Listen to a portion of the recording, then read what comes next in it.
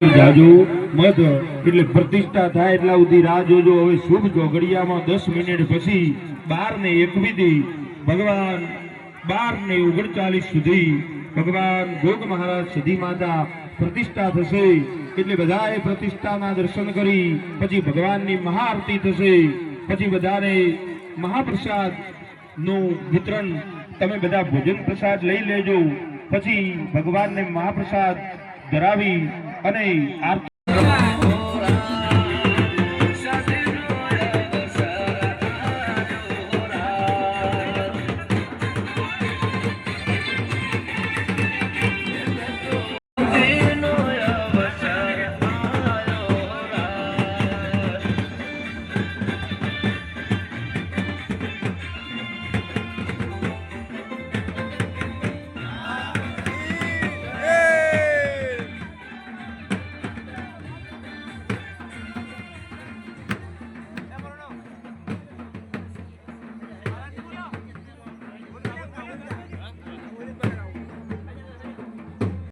બધાએ અહીંયા આવ્યા, ભગવાનના યજ્ઞના દર્શન કર્યા।